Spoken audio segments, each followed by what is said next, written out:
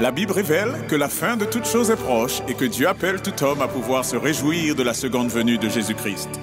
L'objectif de cette présentation est de vous préparer à être du nombre de ceux qui gardent les commandements de Dieu et le témoignage, la foi de Jésus-Christ. Je vous invite, là où c'est possible, à vous prosterner avec moi. Notre Dieu, notre Père, quel doux privilège qu'est le nôtre de pouvoir nous présenter devant toi en cet instant, alors que nous sommes en ce saint jour de sabbat que tu as mis à part pour nous et qui est ce cadeau que tu as fait à notre humanité. Et tendre Père Céleste, nous voulons en cet instant nous disposer à entendre ta parole et à la comprendre.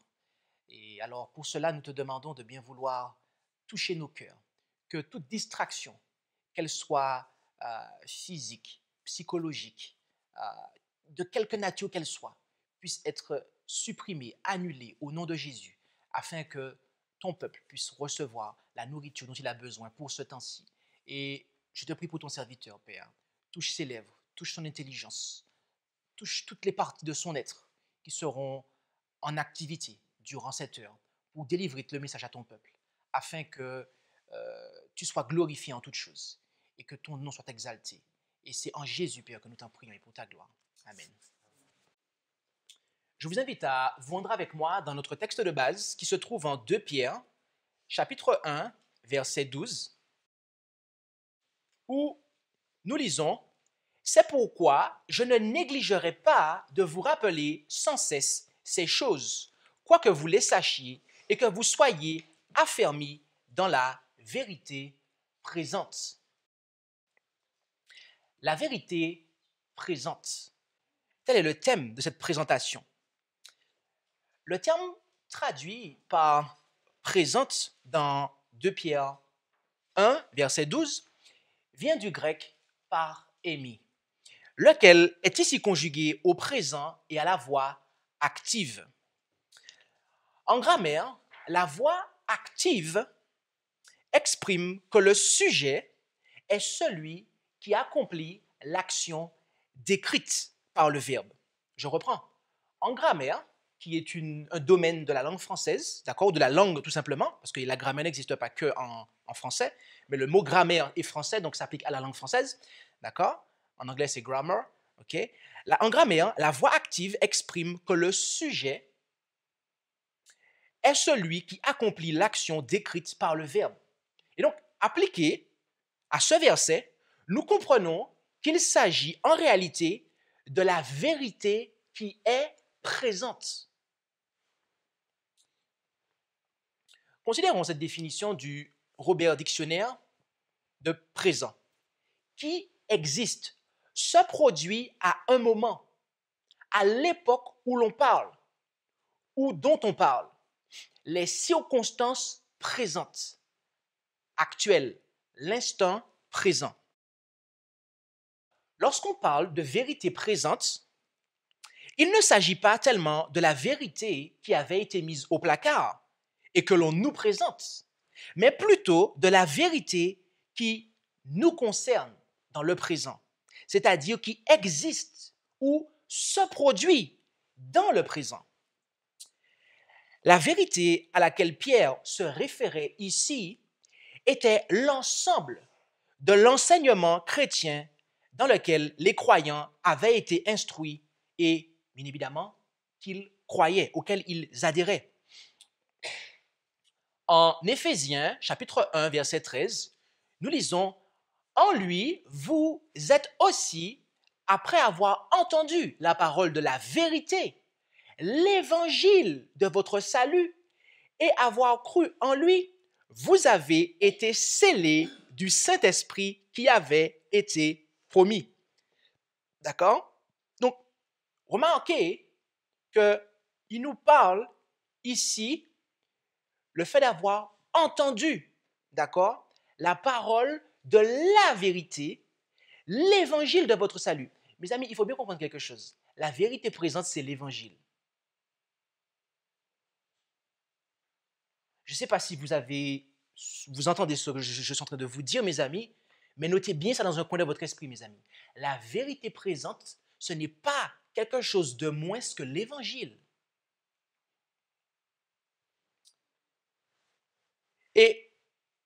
l'évangile qui, lorsque nous y croyons, nous scelle, dit Paul aux Éphésiens.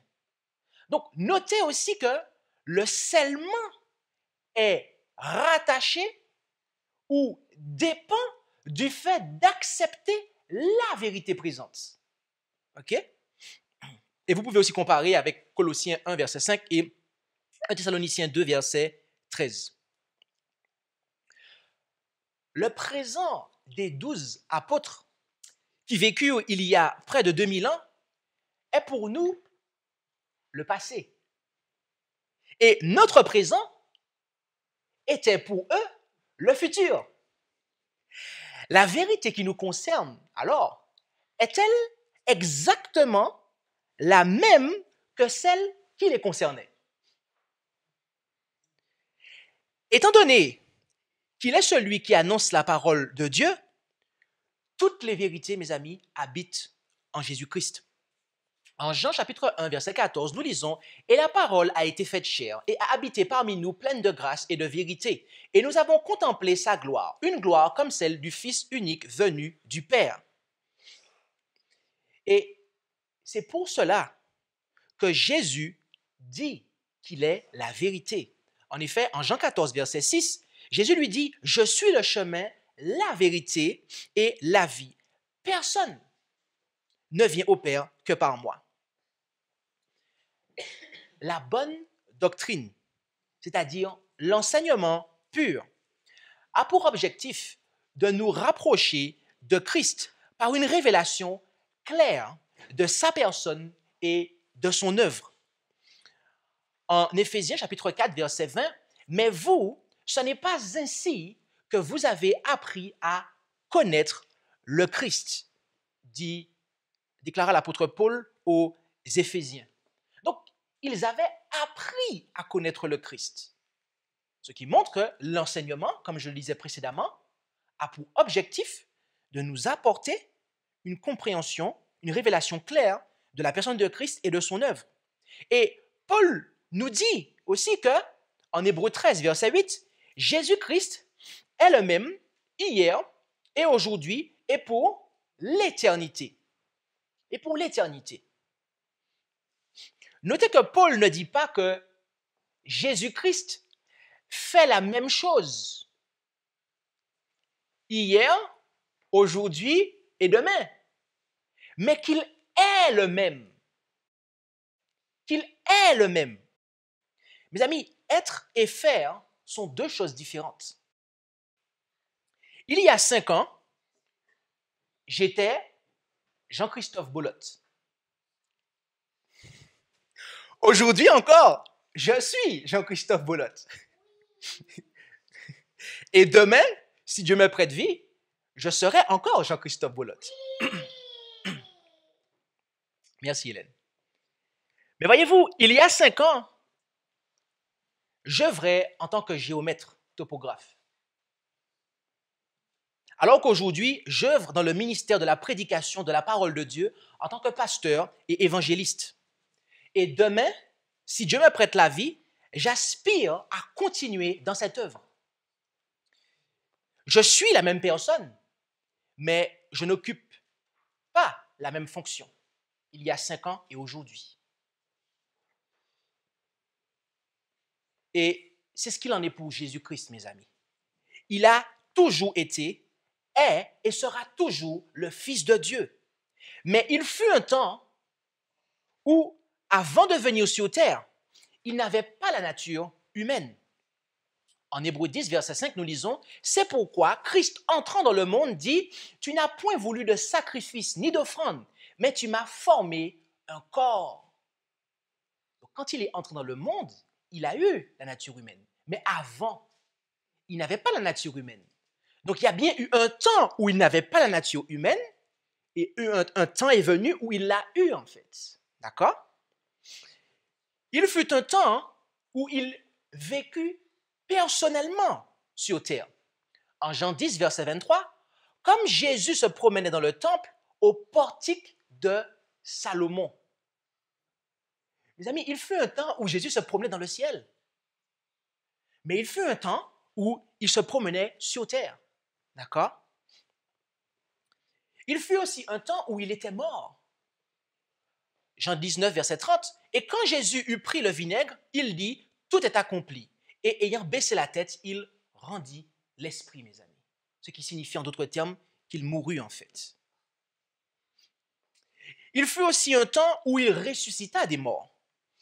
Matthieu 28, versets 5 et 6. Or, l'ange, prenant la parole, dit aux femmes, pour vous, ne craignez point, car je sais que vous cherchez Jésus, le crucifié. Il n'est pas ici, car il est ressuscité, comme il l'avait dit. Venez, voyez le lieu où le Seigneur était couché.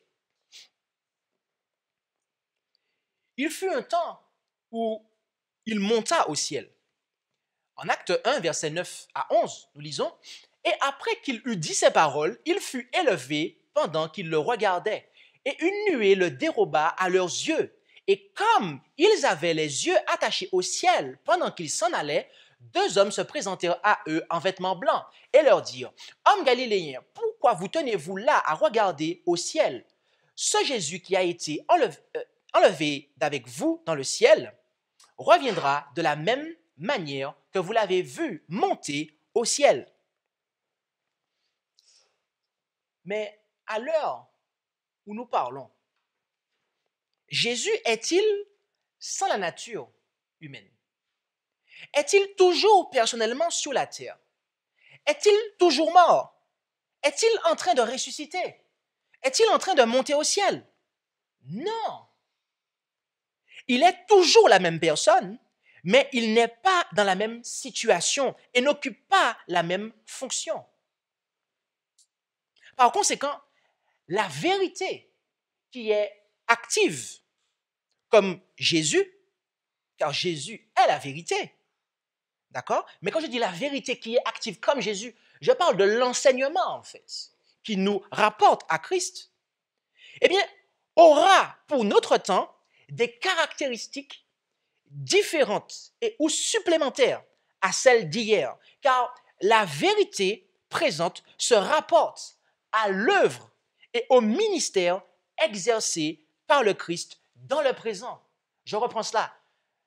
La vérité présente se rapporte à l'œuvre et au ministère exercé par le Christ dans le présent. Par conséquent, la grande question que nous devons nous poser maintenant est quelle œuvre la vérité, c'est-à-dire Jésus-Christ, est-elle en train d'accomplir dans le présent? Voici la grande question, mes amis. C'est quelle œuvre la vérité, c'est-à-dire Jésus-Christ, est-elle en train d'accomplir dans le présent, maintenant, en ce moment? Après être monté au ciel, la Bible nous dit que Jésus est entré dans le sanctuaire céleste en tant que souverain sacrificateur. En effet, en Hébreux 8, versets 1 et 2, nous lisons « Or, le point capital de ce que nous avons dit, c'est que nous avons un tel souverain sacrificateur qui est assis à la droite du trône de la majesté dans les cieux et qui est ministre du sanctuaire et du véritable tabernacle que le Seigneur a dressé et non l'homme. » Amen. Le sanctuaire terrestre et ses services étaient une image et ombre du sanctuaire céleste et de ses services. En effet, Paul déclare en Hébreux 8, versets 4 à 6, « Car s'il était sur la terre, il ne serait même pas sacrificateur, puisqu'il y a des sacrificateurs qui offrent les dons selon la loi et qui rendent un culte, image et ombre des choses célestes selon l'ordre divin qui fut donné à Moïse lorsqu'il devait dresser le tabernacle. Prends garde, lui dit-il, de faire tout selon le modèle qui t'a été montré sur la montagne. Mais maintenant, Christ a obtenu un ministère d'autant plus excellent qu'il est médiateur d'une alliance plus excellente et qui a été établi sur de meilleures promesses. Le sanctuaire terrestre était composé de 2 appartements. Combien? De 2 appartements. Le lieu saint et le lieu très saint, ou saint des saints. On entrait quotidiennement dans le lieu saint, tandis que le lieu très saint n'était accessible qu'un seul jour par an. Et les services du sanctuaire terrestre se décomposait essentiellement en deux parties. Premièrement, le service quotidien pour l'administration du péché dans le lieu saint. Et deuxièmement, le service annuel, le jour des expiations, qui était considéré comme un jour de jugement et qui avait lieu dans le lieu très saint ou qui se produisait dans le lieu très saint. Et Paul nous le dit en Hébreux 9, versets 1 à 7. La première alliance avait donc aussi des ordonnances touchant le service divin et le sanctuaire terrestre. En effet, on construisit le premier tabernacle dans lequel étaient le chandelier, la table et les pains de proposition. Et ils étaient appelés le lieu saint. Et au-delà du second voile était le tabernacle appelé le saint des saints, ayant un encensoir d'or et l'arche de l'alliance, toute recouverte d'or, où était une urne d'or contenant la manne, la verge d'Aaron qui avait fleuri et les tables de l'alliance. Et au-dessus étaient les chérubins de gloire, couvrant le propitiatoire de leur ombre, ce dont il n'est pas besoin maintenant de parler en détail. Or, ces choses étant ainsi disposées, les sacrificateurs entrent bien continuellement dans le premier tabernacle, en accomplissant le service divin. Mais seul le souverain sacrificateur entre dans le second une fois l'année, non sans porter du sang, qu'il offre pour lui-même et pour les péchés du peuple. Étant donné que le sanctuaire terrestre était l'image de celui qui est dans le ciel, et qu'après les services quotidiens dans le lieu saint, il fallait encore que le souverain sacrificateur entre dans le lieu très saint, il convient de conclure qu'après être entré dans le lieu saint du sanctuaire céleste, immédiatement après son ascension, il fallait encore que le Christ exerce un ministère dans le lieu très saint de ce même sanctuaire céleste. Et c'est ce que nous révèle le livre de l'Apocalypse, qui n'est autre que la révélation de Jésus-Christ, au chapitre 11 et au verset 19. Et le temple de Dieu s'ouvrit dans le ciel, et l'arche de son alliance parut dans son temple. Et il y eut des éclairs, et des voix, et des tonnerres, et un tremblement de terre, et une grosse grêle. Je vais juste faire une petite pause ici pour simplement souligner quelque chose. Notez que Jean a vu le temple de Dieu s'ouvrir, non pas sur terre, mais dans le ciel. Donc, mes amis, il y a bel et bien un temple dans le ciel. OK? Je prends le temps d'insister là-dessus parce qu'il y a des hommes habillés en costard-cravate qui, derrière le pupitre, disent aux gens qu'il n'y a pas de sanctuaire dans le ciel. Mais permettez-moi de vous dire que l'homme qu'on a voulu brûler en le mettant dans un bain d'huile, d'accord, et qu'on n'a pas réussi à l'exterminer comme ça, et qu'ils l'ont ensuite exilé sous l'île de Patmos, et qui a vu des visions, que Dieu lui a donné des visions, il a vu qu'il y a un sanctuaire, un temple dans le ciel, mes amis. D'accord? OK? Et lorsqu'il a vu ce temple-là, notamment à ce moment-là, il a vu l'arche de l'alliance apparaître. Or, l'arche se trouve dans le sanctuaire terrestre. Dans quel appartement? Le deuxième, le lieu très saint. Ce qui montre qu'il y a bel et bien deux appartements dans le ciel. Là encore, je prends le temps d'insister, car les mêmes messieurs en costard-cravate, aujourd'hui, d'accord, il y a des pasteurs qui, dans des églises protestantes, que ce soit baptistes, pentecôtistes, adventistes, disent qu'il n'y a pas de sanctuaire dans le ciel et que même il n'y a pas deux appartements. Or, mes amis, ce n'est pas le témoignage de l'Écriture. Ce n'est pas ce que dit, il est écrit. Ce n'est pas ce que la Bible enseigne. D'accord? J'arrête de souligner ici et je poursuis la présentation. Le livre de l'Apocalypse est une révélation de Jésus-Christ dans l'œuvre qu'il a entrepris après son ascension. Or, d'après cette révélation, il y eut un temps où l'arche de l'Alliance, laquelle se trouve dans le lieu très saint, parut dans le temple ou sanctuaire céleste. Ce qui indique que Christ est passé du lieu saint vers le lieu très saint à la fin de la période indiquée en Daniel 8, verset 14. Et il me dit, jusqu'à 2300 soirs et matins, puis le sanctuaire sera purifié. OK?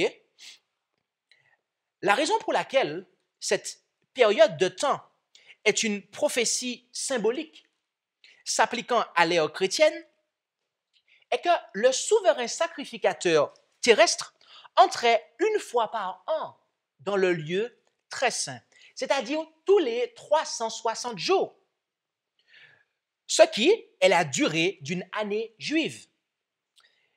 Et s'il fallait la prendre littéralement, cette période de 2300 jours correspondrait à 6 ans et 4 mois, ce qui dépasse largement 360 jours.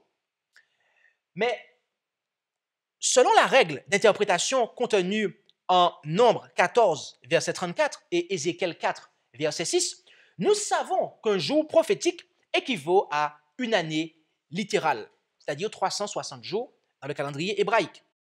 Par conséquent, les 2300 jours prophétiques équivalent à autant d'années littérales. Au chapitre 8 de Daniel, aucune date n'est donnée comme point de départ de cette période prophétique. Mais l'étude du verset 25 du chapitre 9 montre qu'il s'agit de l'an 457 avant Jésus-Christ. Ce qui, lorsque nous l'ajoutons à 2300 soirs et matins ou 2300 années littérales, nous amène à l'an 1844 de notre ère. Mes amis, nous sommes en quelle année? En 2020. OK? Et il y a 176 ans, Jésus-Christ entama la phase finale de son œuvre médiatrice en notre faveur dans le lieu très saint du sanctuaire céleste.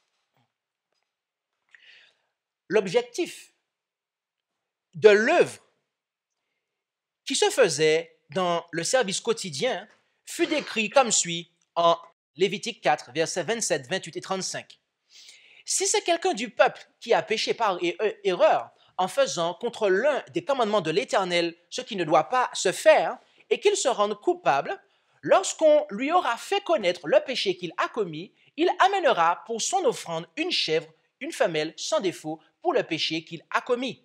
Le sacrificateur ôtera toute la graisse comme on ôte la graisse de l'agneau du sacrifice de prospérité, et il les fera fumer sur l'autel à la manière des sacrifices de l'Éternel faits par le feu.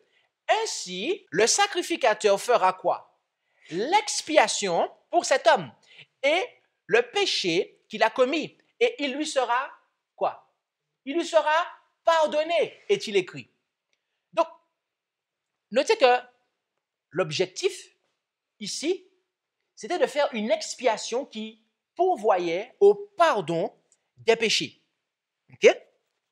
Maintenant, l'objectif de l'œuvre qui se faisait dans le service annuel du sanctuaire terrestre fut décrite comme suit. En Lévitique 16, versets 29 et 30. « Et ceci sera pour vous une ordonnance perpétuelle au 7e mois, le 10e jour du mois. Vous humilierez vos âmes et vous ne ferez aucune œuvre, ni celui qui est du pays, ni l'étranger qui séjourne au milieu de vous. Car en ce jour, on fera l'expiation pour vous afin de vous purifier. Vous serez purifiés de tous vos péchés devant l'Éternel. » Notez ici l'objectif. Il est différent ici. C'est une expiation qui pourvoit non pas au pardon, mais cette fois-ci à la purification. Mes amis, Dieu désire non seulement nous pardonner, mais également nous purifier de toutes nos iniquités. Dieu désire non seulement nous pardonner, mais également nous purifier de toute iniquité, mes amis. Et c'est ce que Jean nous dit en 1 Jean chapitre 1, verset 9. « Si nous confessons nos péchés, il est fidèle et juste pour nous les pardonner et pour nous purifier de toute iniquité, mes amis. » Voici le verset qui résume les deux services du sanctuaire terrestre, mes amis. Voici le verset du Nouveau Testament qui nous résume l'objectif des deux services du sanctuaire. D'accord? c'est le pardon et la purification, mes amis. Le pardon et la purification. Autrement dit, la justification et la sanctification. OK?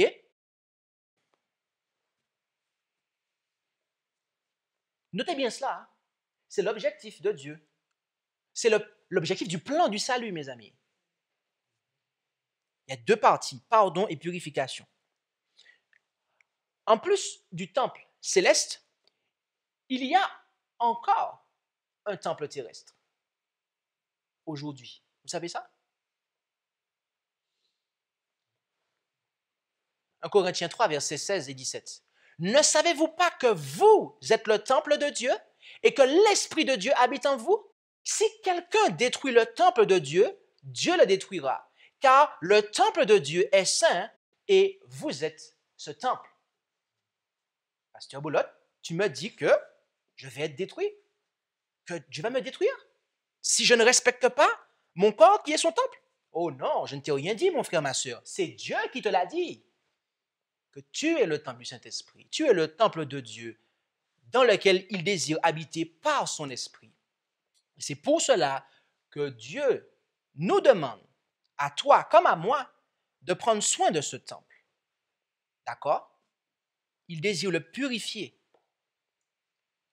Mes amis, l'œuvre ayant lieu dans le sanctuaire céleste doit être parallèlement menée dans le sanctuaire terrestre de nos vies, de nos corps, de notre âme, de notre être. Vous comprenez cela? L'œuvre qui a lieu dans le ciel en ce moment, que Jésus est en train de mener,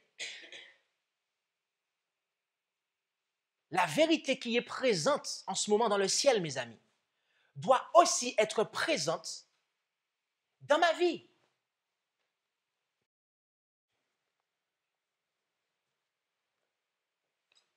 Autrement, ce serait un mensonge présent et pas une vérité présente.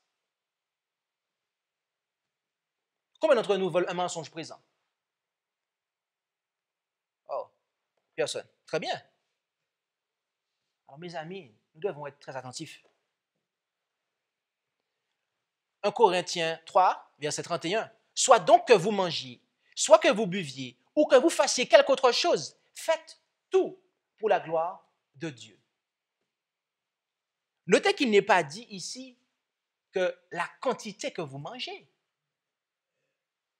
Bien qu'on sait que trop manger n'est pas bon. Mais ici, Paul ne parle même pas de la quantité. Là, il parle de la qualité. Il dit soit que vous mangiez. Oui, mes amis. Étant donné que notre corps est le temple de Dieu, ce que nous y mettons peut soit favoriser le fonctionnement de ce temple, du service de ce temple, ou soit, eh bien, le souiller en fait. Soit empêcher à Dieu d'agir par son esprit. Si je mange une nourriture intoxicante ou excitante, comment l'Esprit de Dieu pourra me parler? Il s'agit donc là d'une œuvre qui touche tant le domaine physique que spirituel. En effet, en 1 Corinthiens 6, versets 19 et 20, « Ne savez-vous pas que votre corps est le temple du Saint-Esprit qui est en vous et qui vous a été donné de Dieu et que vous n'êtes point à vous-même, car vous avez été achetés à un grand prix. Glorifiez donc Dieu en votre corps et en votre esprit qui appartiennent à Dieu. » C'est cela, mes amis. Cela fait partie de la vérité présente, d'accord? La façon dont nous traitons notre corps. OK? La façon dont nous traitons notre corps. Car il y a une relation entre ce qui se passe dans le temple céleste avec ce qui se passe dans le temple terrestre de mon être.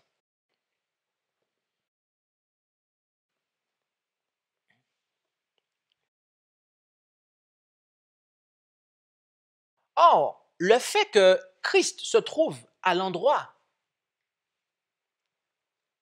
où se trouve l'arche de l'Alliance, laquelle contient les tables de l'Alliance, sur lesquelles sont inscrits les 10 paroles de l'Alliance, c'est-à-dire les 10 commandements, indique clairement que Jésus a entrepris l'œuvre du jugement. En Ecclésiaste, chapitre 12, versets 13 et 14, il est dit « Écoutons la conclusion de tout ce discours. Crains Dieu et garde ses commandements, car c'est là le tout de l'homme. Car Dieu fera venir toute œuvre en jugement, avec tout ce qui est caché, soit bien, soit mal. » Il y a des gens qui ont émis l'idée qu'il n'y a que les méchants qui seront jugés. Mais mes amis, ici, la Bible nous dit que l'on ait fait du bien, que l'on ait fait du mal, on sera jugé, mes amis. Méchants, bons, justes ou injustes, tous seront jugés. Et c'est pour cela qu'il nous est dit de craindre Dieu et de garder ses commandements. Notez cela, hein? Dans le livre d'Ecclésiaste, bien avant la venue du Christ, il fut dit de craindre Dieu et de garder ses commandements. La conclusion du discours de ce sage fut de craindre Dieu et de garder ses commandements. Pourquoi? Parce que c'est en raison du jugement. En raison du jugement. Ce qui nous amène directement en Apocalypse 14, à partir du verset 6 jusqu'au verset 12, le triple message qui précède la venue de Jésus, représenté à partir du verset 14 du chapitre 14. Autrement dit, avant que Jésus ne revienne, c'est ce message-là qui est prêché sur terre. Ça veut dire que alors que Jésus est en train d'œuvrer dans le lieu très saint du sanctuaire céleste, c'est ce message-là qui est prêché sur terre et qui prépare des hommes et des femmes au retour de Jésus. Et lisons-le ensemble. Apocalypse 14, versets 6 à 12. « Et je vis un autre ange qui volait, comment? Oh, il volait au ras du sol. Non? Non, c'est pas ça? Non, il vole au milieu du ciel, mes amis. Et il porte un évangile optionnel. C'est ça? Non, c'est pas un évangile optionnel? Ah bon? Non, mes amis, il porte l'évangile éternel, mes amis. Pour l'annoncer à ceux qui habitent sur la terre, à toute nation et tribu et langue et peuple. Ce n'est pas un message qui est destiné simplement aux habitants de la Martinique, ou aux habitants de la France, ou de la Guyane. Parce que bien souvent, on pense peut-être que c'est ça, ou à certains pays. Non, mes amis, c'est à toute nation, tribu, langue et peuple. En disant d'une voix forte, craignez Dieu et lui donnez gloire, car l'heure de son jugement est venue, et adorez celui qui a fait le ciel, la terre, la mer et les sources d'eau. C'est exactement ce que nous disait le sage en Ecclésiaste, en fait. Crains Dieu et garde ses commandements à cause du jugement. Et là, on voit ces trois notions-là, en fait. Craindre Dieu, ok, et garder les commandements se trouve à quel endroit? En fait, c'est la signification même de craindre Dieu, en fait. Lorsque vous lisez Deutéronome 6, verset 4, lorsque la raison pour laquelle Dieu a donné, et quand il explique pourquoi il a donné ses commandements aux enfants d'Israël, il leur dit, c'est afin que vous me craigniez, en fait. D'accord? Et après, on voit que c'est marqué d'adorer celui qui a fait le ciel, la terre, la mer et les sources d'eau. Là, c'est le Dieu créateur, en fait. Ce sont les caractéristiques que l'on retrouve dans le commandement, dans le 4e commandement du Décalogue. Donc, cela fait référence à la loi de Dieu et au Dieu créateur. Donc, notez cela. En raison du jugement. Là, le jugement arrive. Donc, ce message-là prépare, il annonce à l'humanité que Christ est entré dans le lieu très saint du sanctuaire céleste et qu'il va commencer l'œuvre du jugement, l'œuvre de la purification. Et c'est pour cela qu'il faut craindre Dieu, garder ses commandements et lui donner gloire. On a vu ce que signifie lui donner gloire, d'accord? Car l'heure du jugement est venue et d'adorer le Dieu créateur, pas une idole, le Dieu créateur, le Dieu du sabbat, pas le Dieu du dimanche. Le Dieu du dimanche, c'est qui? C'est qui? C'est la Trinité, mes amis. C'est exactement ça. Par contre, le Dieu du sabbat, c'est qui?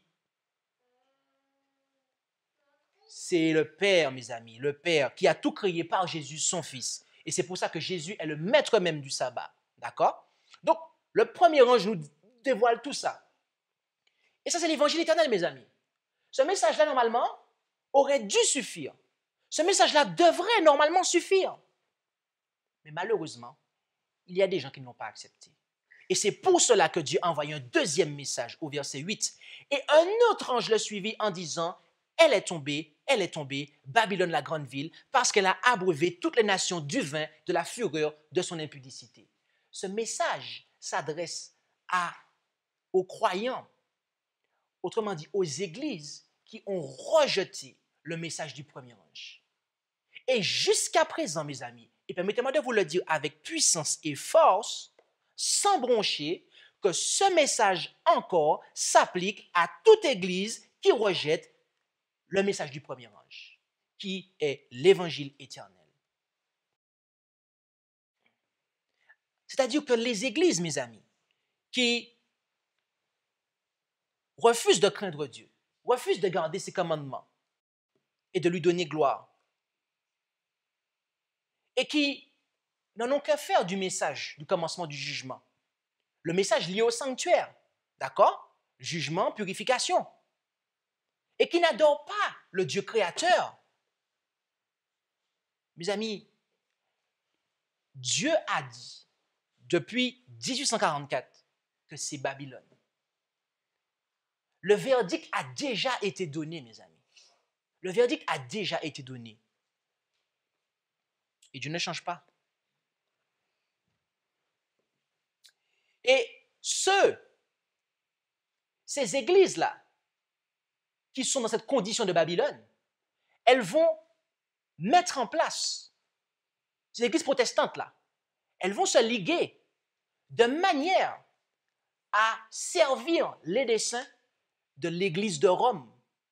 Et c'est pour cela que Dieu envoie un troisième message, pour mettre en garde toutes celles et ceux qui veulent craindre Dieu et lui donner gloire, d'accord?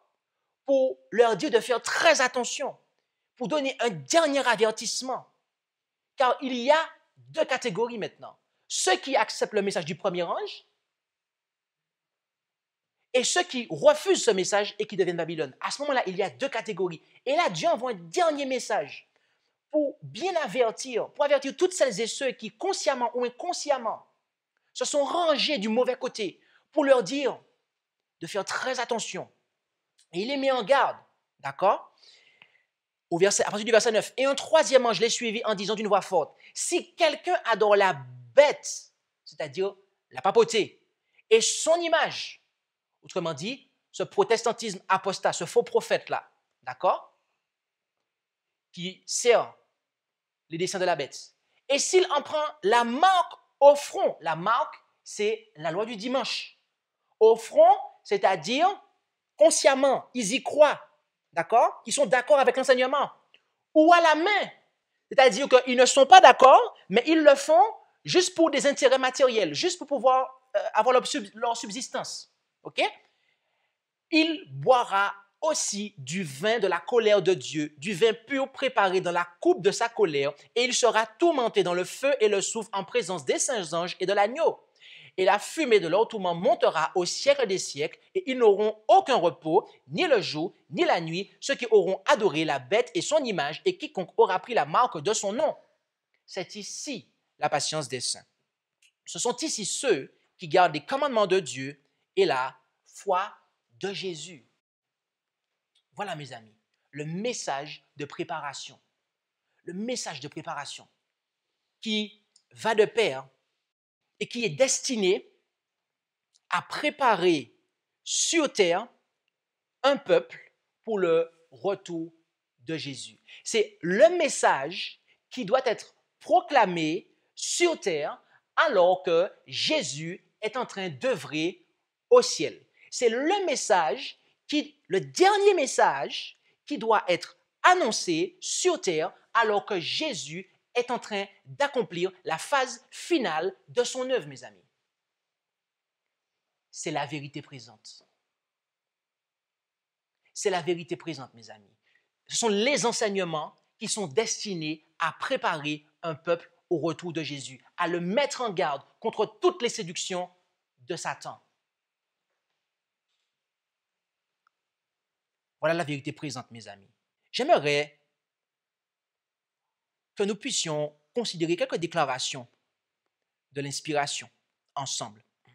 Dans Premiers Écrits, à la page 63, paragraphes 1 et 3, il nous a dit « J'ai vu combien il est nécessaire que les messagers veillent et sachent repousser tout fanatisme qui pourrait faire son apparition.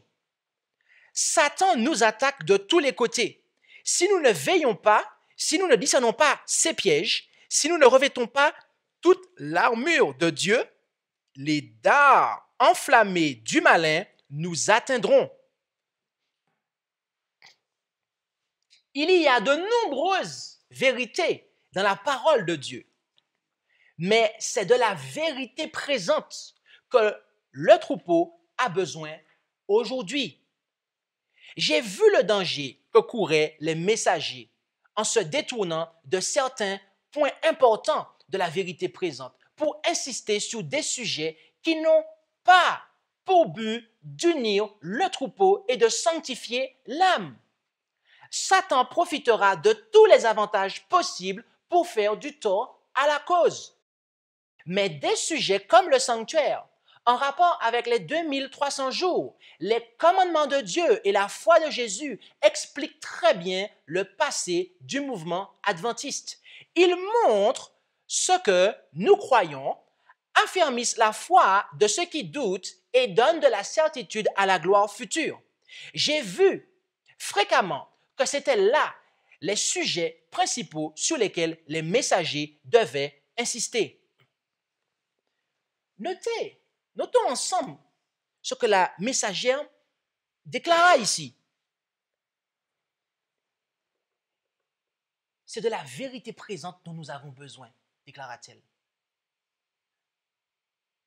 Elle a dit essentiellement la même chose que Pierre, qu'il ne négligerait pas. Rappelez-vous, je vous le remets. C'est pourquoi je ne négligerai pas de vous rappeler sans cesse ces choses, quoi que vous les sachiez et que vous soyez affermis dans la vérité présente. C'est de la vérité présente dont nous avons besoin, mes amis. Et c'est ce que la message nous déclara comme l'apôtre Pierre. Ce n'est pas d'autre chose. Nous n'avons pas besoin de sujets mineurs, mes amis. Et bien souvent, il y a des gens que Satan égare et qui viennent au peuple de Dieu et qui veulent faire le peuple de Dieu se concentrer sur des sujets mineurs, mes amis. Or, c'est de la vérité présente dont nous avons besoin. Mais ce n'est pas n'importe qui, parce qu'il dit, ici, elle dit que ce sont des messagers. Il y a des messagers qui n'ont même pas de message. Ah oui, ils ont un message. Oui, ils ont un message. Ils vont vous apporter une petite histoire de la Bible, un petit truc bien gentil, qui n'est pas mauvais en soi, hein? Mais ce n'est pas ça qui va vous nourrir, en fait. Ce n'est pas ça qui va vous nourrir. Il y a quantité de gens qui me contactent, qui me disent que dans leurs églises, quand ils sortent de leur église, ils sortent à vide. Ils sortent aussi vides qu'ils sont rentrés. Ils sortent aussi vides qu'ils sont rentrés. Mais pourtant, ils ont la Bible. Hein. Ils lisent la Bible du haut du pupitre, du haut de la chair. Hein. Mais quand ils sortent de là, ils sortent à vide. Pourquoi? Parce qu'on ne leur donne pas la vérité présente. On ne leur donne pas la vérité présente.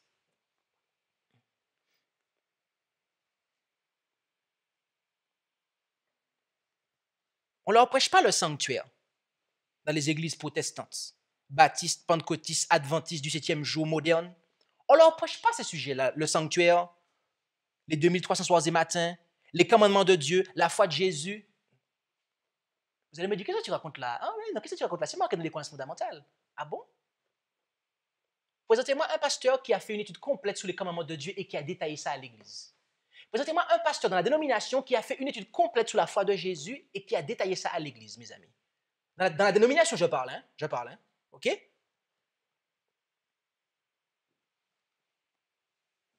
Ou peut-être, oubliez-vous peut-être que l'église adventiste moderne ne croit plus du tout en l'expiation finale.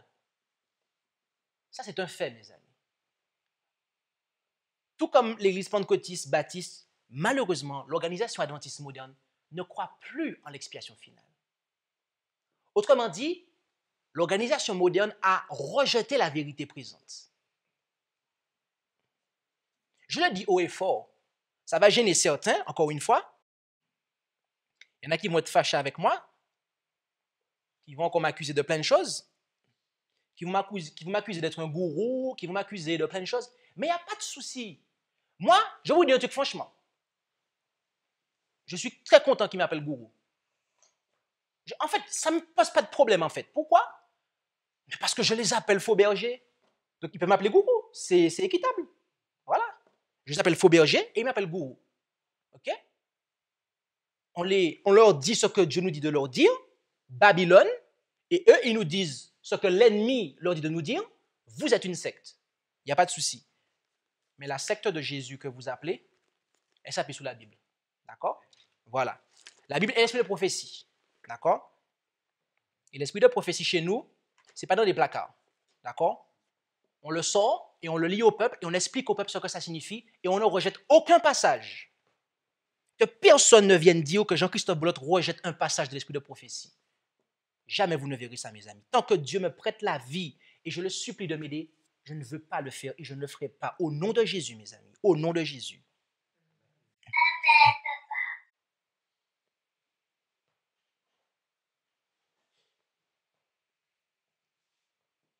L'état des morts aussi fait partie de la vérité présente. Je passe là-dessus rapidement. Premiers écrits, page 87, paragraphe 2. Je vis que les saints devaient bien comprendre la vérité présente, qu'il leur faudrait défendre par les Écritures. Ils doivent connaître l'état des morts, car les esprits des démons leur apparaîtront, prétendant être leurs parents ou leurs amis. Ils leur affirmeront que le sabbat a été changé et leur présenteront d'autres doctrines contraires à l'Écriture. Ils feront l'impossible pour gagner leur sympathie. Ils opéreront des miracles en leur présence pour confirmer leur déclaration. Les enfants de Dieu doivent se préparer à résister à ces esprits maléfiques. Comment? Bible en main. Bible en main.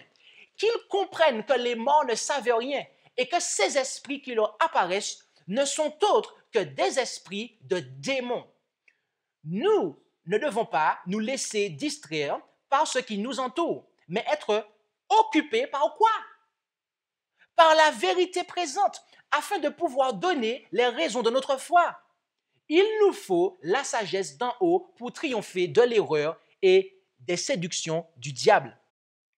Mes amis, c'est Bible en main, mes amis. Comme dit Angelo, il ne faut plus lire la Bible, mes amis. Il faut étudier la Bible, mes amis. Il faut être dans l'étude. Il y a des gens qui n'ont pas parcouru la Bible de Genèse à l'Apocalypse. Ils l'ont fait 5 fois. Mais sont-ils capables de donner une étude biblique à quelqu'un? C'est bien beau d'avoir lu la Bible. Mais est-ce qu'on est capable de donner une étude biblique à quelqu'un? On croise quelqu'un dans le supermarché ou dans la rue et la personne nous pose des questions. Est-ce qu'on est capable de lui expliquer les points principaux de la vérité présente? Je vous pose la question, mais je n'ai pas de réponse. C'est juste pour que vous puissiez réfléchir pour vous-même. Est-ce que vous êtes capable, Bible en main, d'expliquer le sanctuaire aux gens, les commandements de Dieu aux gens, leur validité, la foi de Jésus aux gens, l'état des morts? Est-ce que Bible en main, tous ces points-là, mes amis, est-ce que vous êtes capable de le faire? L'esprit de prophétie nous dit que nous devons être capables de le faire, mes amis. Car autrement, nous-mêmes, on risque d'être en difficulté. Car il y a des esprits séducteurs qui vont venir. Et n'attendez pas que ce soit véritablement des manifestations spirites. Parce que, mes amis, dès maintenant, cela se passe. Notamment avec des personnes littérales, des personnes réelles, d'accord, qui sont animées de l'esprit de Satan et qui viennent vers les enfants de Dieu pour les faire douter de la vérité biblique. D'accord? Premiers écrits, page 43, paragraphe 1. Les ennemis de la vérité présente ont essayé de rouvrir la porte du lieu saint que Jésus avait fermée et de fermer la porte du lieu très saint que Jésus avait ouverte en 1844, où se trouve l'arche contenant les 2 tables de pierre sur lesquelles sont gravés par le doigt de Dieu les 10 commandements. Actuellement, Pendant le scellement, Satan déploie tous ses artifices pour détourner le peuple de Dieu de la vérité présente et le faire hésiter. J'ai vu que Dieu avait jeté un manteau sur son peuple afin de le protéger pendant le temps de trouble et que toute âme qui a accepté la vérité et dont le cœur est pur sera couverte par le manteau du Tout-Puissant. Notez quelque chose, c'est que la messagère dit que les ennemis de la vérité présente ont essayé de faire quoi? De rouvrir la porte du lieu saint que Jésus avait fermée et de fermer la porte du lieu très saint que Jésus avait ouverte en 1844. Mes amis, de quoi parle-t-elle ici? Qu'est-ce qui est concerné par cela aujourd'hui? Celles et ceux qui refusent le message de la purification, celles et ceux qui rejettent, mes amis, la vérité présente. Oui, car la vérité présente, mes amis, on l'a vu, c'est l'évangile éternel, c'est le pardon et la purification, la justification et la sanctification, mes amis. Et à l'heure actuelle, Christ est en train de purifier le sanctuaire céleste. Mais pour que cela soit fait, il faut d'abord que le sanctuaire terrestre soit purifié, mes amis. Or, c'est ce que l'Église nominale est en train de faire. Depuis 1980, officiellement, mais officieusement, depuis l'ouvrage Question on Doctrine dans les années 1950, ils ont rejeté l'expiation finale, en fait. Autrement dit, ils ont fermé la porte du lieu très saint et rouvert la porte du lieu saint et disent aux gens, allez adorer dans le lieu saint, mes amis. Vous allez trouver que je suis radical. Il y a des gens qui vont me dire que je suis radical. Mais mes amis, je ne suis pas radical. Vous n'avez qu'à prendre ce que croient les adventistes et l'ouvrage moderne et vous cherchez où est marqué expiation finale. Zéro fois c'est marqué, mes amis. 0 fois c'est marqué. Ils ont rejeté ça, en fait.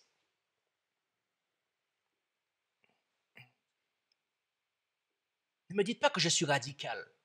Car dans les églises nominales, vous avez des pasteurs qui sont radicaux. Oui, qui sont radicaux dans le libéralisme.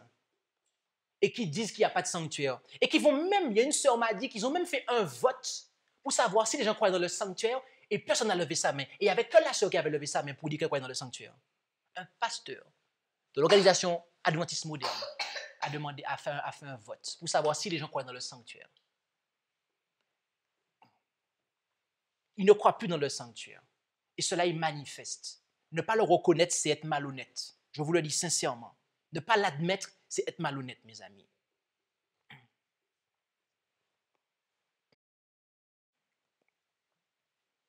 Donc, on ne peut pas, en fait, être dans l'église nominale et être dans ce message, en fait, de vérité présente. Ce n'est pas possible. Parce que là-dedans, c'est des ennemis de la vérité présente, en fait. Ils sont ennemis de la vérité présente. Or, vous ne pouvez pas servir 2 maîtres à la fois, en fait. On ne peut pas servir 2 maîtres à la fois, mes amis. C'est soit on est dans la vérité présente, en conformité avec ce que Jésus fait dans le ciel, et sur terre, on le vit franchement, et on le vit avec des frères et sœurs qui le vivent aussi, ou soit on ne l'est pas, en fait. Ou soit on ne l'est pas.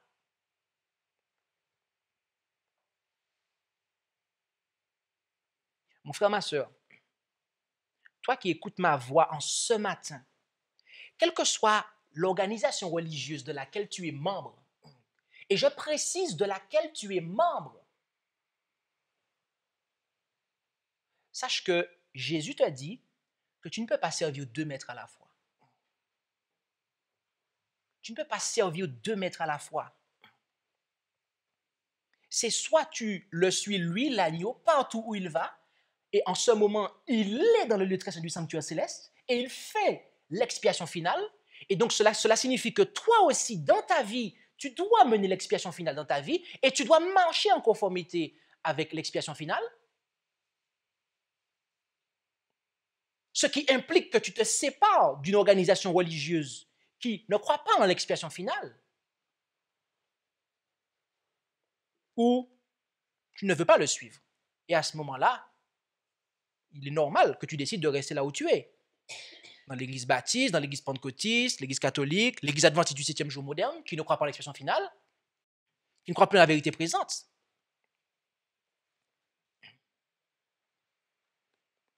Mais par contre, il y a une seule chose qu'il faut savoir, c'est que il faut prendre une décision.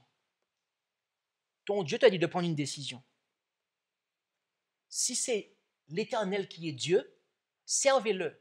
Mais si c'est Baal qui est Dieu, la Trinité, avec son expiation en une seule phase, d'accord? L'évangile du pardon, mais il n'y a pas de purification. Donc un évangile bradé, soldé, à moitié prix. Là, mes amis, il faut aussi prendre une décision. Il faut aussi prendre une décision. C'est pour cela que je lance un appel à vous tous qui entendez ma voix ce matin.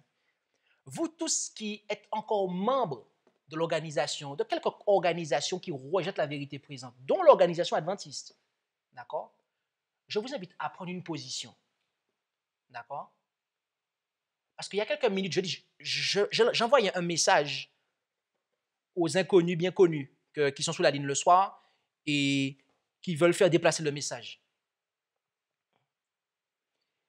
Je le dis simplement, les gens qui ne prennent pas de position, les gens qui ne s'engagent pas dans la vérité, les gens qui n'entrent pas dans la vérité présente par la porte d'entrée que Jésus a choisie. D'accord? Quelle est cette porte d'entrée? Quelle est cette porte d'entrée? Ce n'est pas moi qui l'ai décidé, mes amis, c'est le baptême, mes amis. C'est le baptême.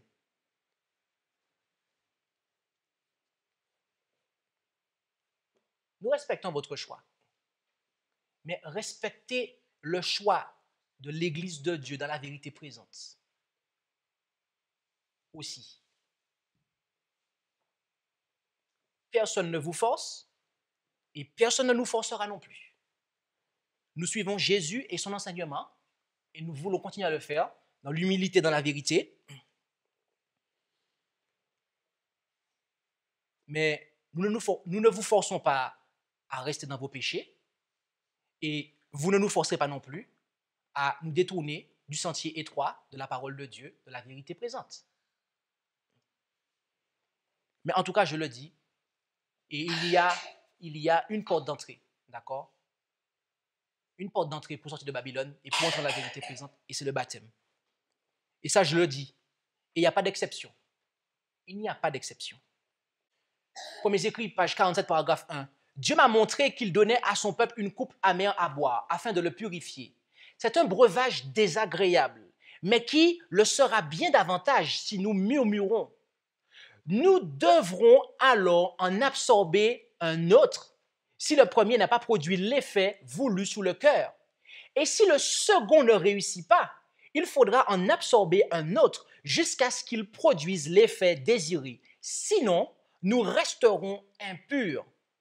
J'ai vu que cette coupe amère peut être adoucie par la patience, la persévérance et la prière, et qu'elle produira son effet sur le cœur de ceux qui la reçoivent ainsi.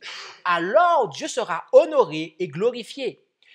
Ce n'est pas peu de choses que d'être chrétien, d'appartenir à Dieu et d'être approuvé par lui. Le Seigneur m'a montré quelques-uns de ceux qui prétendent croire à la vérité présente, mais dont la vie ne correspond pas à leur profession de foi. Le niveau de leur piété est beaucoup trop bas et ils sont loin d'atteindre la sainteté biblique. Quelques-uns se livrent à des conversations vaines et déplacées, d'autres cèdent à l'orgueil. Nous ne pouvons rechercher ce qui nous plaît, vivre et agir comme le monde, chérir sa compagnie et ses plaisirs, puis régner avec le Christ en gloire. Mes amis, Dieu va nous donner des coupes à boire. Mais ce n'est pas le murmure. Si nous murmurons et que nous n'avons pas l'habitude de murmurer alors que Dieu nous donne ce breuvage qui n'est pas agréable, si nous murmurons, mes amis, on sera trouvé trop léger. Et nous aurons un autre et un autre jusqu'à ce que nous puissions le boire, l'ingérer. Car Dieu désire que l'effet qu'il attend arrive. il nous faut avoir la patience des saints, la persévérance.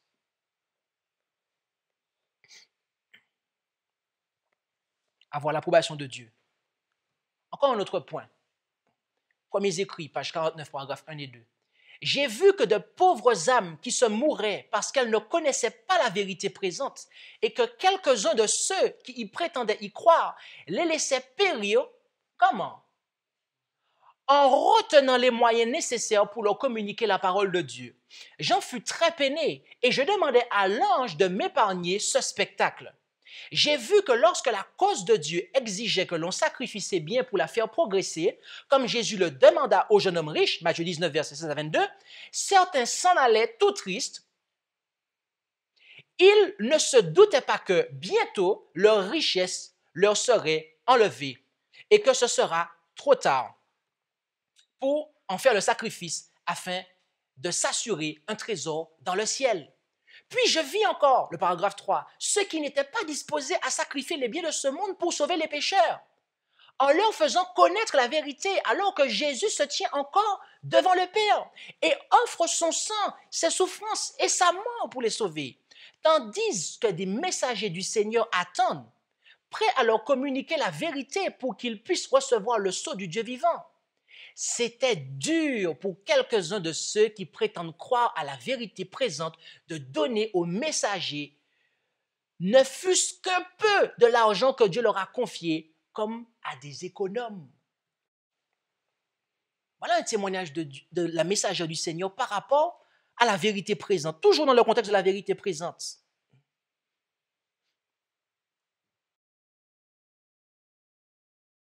Est-ce que j'aime l'Évangile? Si j'aime l'Évangile, normalement, je devrais aimer voir l'Évangile se propager. Mais ici, et à son époque même, il y avait des gens qui disaient aimer l'Évangile, qui étaient dans la cause de la vérité présente. Ils disaient aimer la vérité présente, ils disaient être membres de la vérité présente. Oui, on est dans la vérité présente. Mais quand il faut soutenir les messages de la vérité présente pour qu'ils aillent faire progresser cette vérité présente, certains d'entre eux ne sont pas là. La messagère dit, j'ai demandé à l'ange de m'épargner ce spectacle. Ce n'est pas un spectacle qui est agréable, mes amis. En tout cas, ça n'a pas été pour elle. Mais il faut savoir un truc, comme elle l'a dit, c'est que on aura à rendre des comptes à Dieu, mes amis.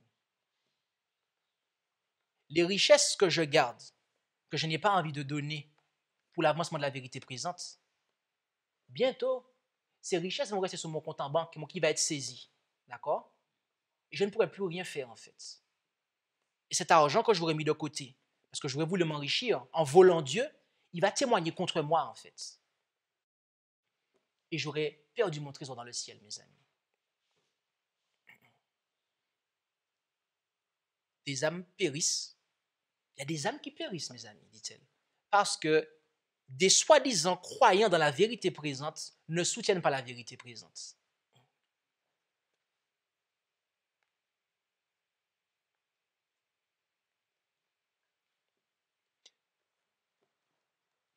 Ah, mais je donne ma dîme. Oui, mais je soutiens l'œuvre. Non, mais je suis fidèle à Dieu. Mais tu donnes ta dîme pour soutenir le mensonge présent, pas la vérité présente. Parce qu'il faut bien comprendre quelque chose. C'est que ce n'est pas que le fait de retenir volontairement et de ne pas donner du tout, en fait. Si je sais que là, on enseigne l'erreur et que je continue à soutenir des ministres qui enseignent l'erreur et que j'empêche à l'œuvre de la vérité présente d'avancer parce que je continue à soutenir l'erreur, c'est la même chose, en fait. Le principe est là. Je sais où est la vérité, mais je ne soutiens pas la vérité. Et mes amis, permettez-moi de vous dire que c'est même pire, en fait. C'est même pire. Sous certains aspects.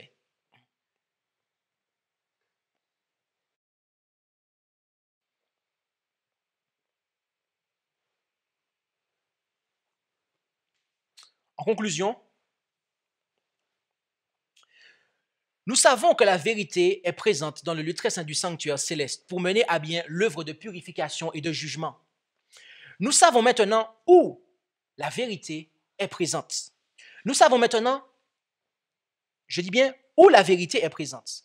Mais la question, mes amis, que je voudrais vous poser est la suivante. Est-ce que la vérité est présente en nous? Oui. Est-ce que la vérité est présente en nous? Est-ce que Jésus arrive à mener à bien son œuvre de purification des péchés dans notre vie, de telle sorte que nous soyons rendus capables, par sa grâce, d'observer les 10 commandements qui sont la norme selon laquelle nous serons jugés?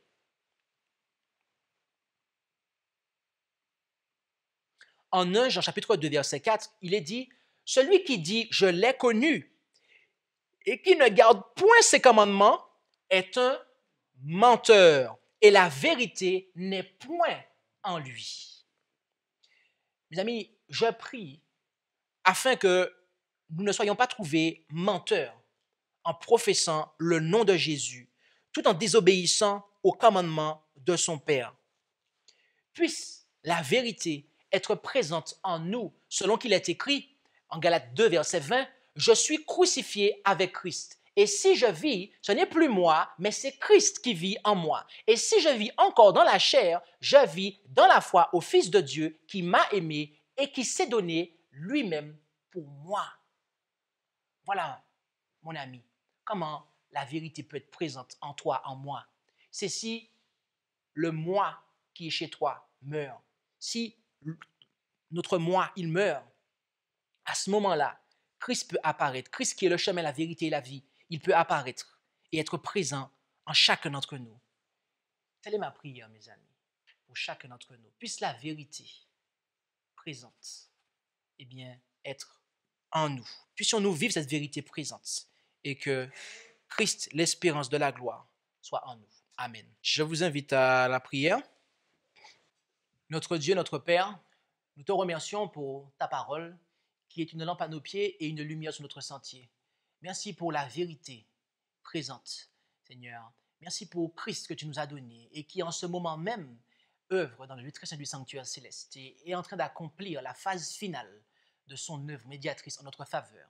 Et il désire accomplir et réaliser l'objectif de l'Évangile dans nos vies, à savoir le pardon et la purification, notre justification, mais aussi notre sanctification.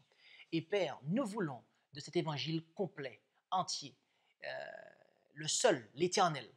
Et c'est pour cela que nous te demandons de nous aider, Père, à croire dans la vérité présente, à comprendre cette vérité pour notre temps, et que nous puissions la vivre, et que nous puissions l'annoncer, la proclamer, et que nous puissions aussi la soutenir, Père, et que nous puissions réaliser que nous ne pouvons pas jouer avec celle-ci. Aide-nous, Père, à prendre une position claire à tes yeux, mais aussi aux yeux des hommes et des anges, pour leur montrer que nous prenons position pour la vérité présente. Père, je te prie spécialement en ce moment pour toutes celles et ceux qui entendent la vérité présente, pour toutes celles et ceux qui ont fini intellectuellement par accepter cette vérité, mais qui ne se sont pas encore positionnés de manière claire par l'engagement que tu as mis. Je te prie de toucher les cœurs, Père, afin que non seulement devant toi, mais aussi devant les hommes et les anges, eh bien, il puisse être su que X, Y, Z ont pris position pour la vérité présente, Père. Car on ne peut pas servir 2 maîtres. On ne peut pas manger à 2 tables. On ne peut pas être dans 2 messages en même temps. Il n'y a pas 2 Jésus. Il n'y a qu'un seul Jésus, qui est le Fils de Dieu et qui, en ce moment, fait l'expiation finale. Alors, aide chacun d'entre nous, Père. Chacun d'entre nous, Père. Chacun de ceux qui ont entendu ce message, qui vont l'entendre, à prendre une position, à choisir Jésus, le chemin, la vérité et la vie. Et c'est en son nom que nous t'en prions, Père. Amen. Merci d'avoir écouté cette présentation avec intérêt. Pour plus d'informations, consultez notre site internet lereste.org et suivez-nous sur Facebook ainsi que sur YouTube à @lereste. Vous pouvez aussi nous contacter par email à info@lereste.org ou par téléphone au +33 6 12 60 13 69.